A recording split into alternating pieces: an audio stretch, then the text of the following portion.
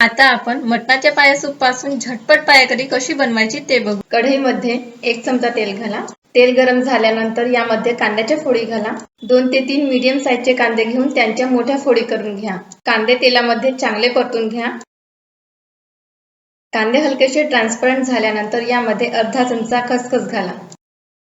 आता हे दोन्ही जिन्नस हलकासा सोनेरी रंग येईपर्यंत तेलामध्ये परतून घ्या। नंतर एका प्लेटमध्ये काढून थंड होण्यासाठी ठेवून द्या। नंतर इथे थोडीशी कोथिंबीर घेतली आहे। कोथिंबीर देठासकट घेतली आहे। कोथिंबीरला थोडं कापून घ्या। कोथिंबीर देठासकट वाटणामध्ये वाटून घेतल्यामुळे ग्रेव्हीला टेक्स्चर छान येतं।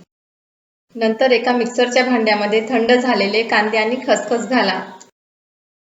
यामध्ये बारीक केलेली कोथिंबीर घाला। नंतर अगदी थोडंसं पाणी घालून वाटून घ्या।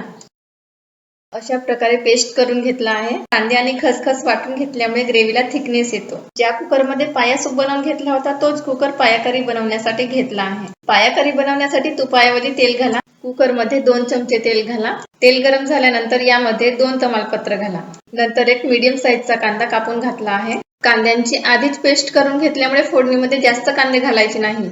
नंतर कांद्यांना सोनेरी रंग येईपर्यंत तेलामध्ये परतून घ्या। आता यामध्ये 2 चमचे आलं लसूण पेस्ट घाला। बारीक गॅसवर आलं लसूण पेस्ट 2 ते 3 मिनिटांसाठी तेलामध्ये परतून घ्या।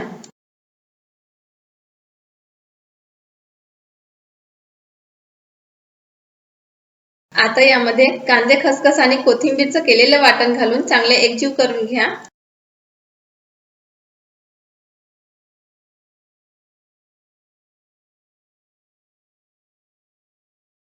आता कुकरवर झाकण ठेवा।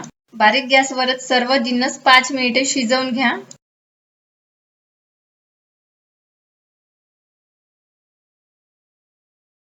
नंतर यामध्ये 3 चमचे मिरची पावडर घाला।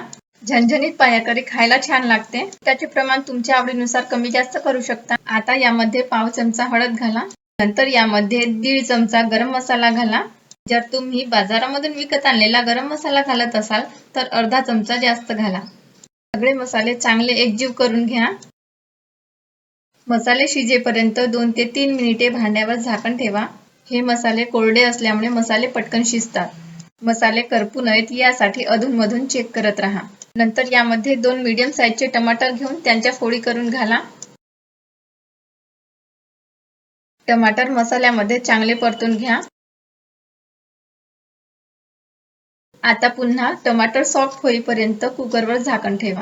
साधारण 5 मिनिटांनंतर टमाटर छान मऊ झालेले आहेत आणि सर्व मसाले तेलामध्ये छान परतले गेले आहेत। आता यामध्ये तयार केलेला पाया सूप घाला।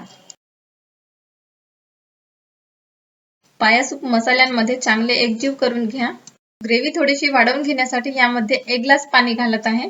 आता यामध्ये अर्धा चमचा मीठ घाला। पाया सूप मध्ये मीठ घातलं होतं त्यामुळे मीठ घालताना कमी घाला। गरज भासल्यास आणखी घालता येते। आता फक्त कुकरला 1 शिटी काढून घ्यायची आहे। बारीक गॅसवरच कुकरला 1 शिटी येऊ द्या। पाया सूप बनवतानाच पाया छान शिजलेला आहे।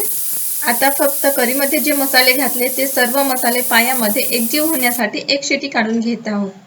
1 शिटी झाल्यानंतर गॅस बंद करा आणि कुकरला स्वतःहून थंड होऊ द्या। वर जो तेलाचा तवंग दिसत आहे तो पायाचा नॅचरल तेल आहे। पायाचा तेल हाताला चिकटसा लागतो। पाया करी खूप जबरदस्त दिसत आहे। ही पाया करी पोळी सोबत, भाकरी सोबत किंवा भातासोबत सुद्धा खूप छान लागते। ही पाया करी पाया सूप पासून खूप कमी साहित्यामध्ये आणि झटपट तयार होते। वर सांगितल्याप्रमाणे हिवाळ्यामध्ये आठवड्यातून एकदा तरी अशा प्रकारची पाया करी बनवून अवश्य खा। तुम्ही बनवलेली पाया करी कशी झाली ते मला कमेंट बॉक्समध्ये अवश्य सांगा। अशा प्रकारच्या रेसिपीचा व्हिडिओ अपलोड केल्यानंतर त्याचे नोटिफिकेशन सगळ्यात आधी तुम्हाला मिळण्यासाठी खाली असलेला सबस्क्राईबचं बटन दाबा आणि त्याच्या बाजूला असलेला बेल आयकॉन सुद्धा प्रेस करा। हे फ्री असते। पाया करीची रेसिपी आवडल्यास जास्तीत जास्त लाईक आणि शेअर करा।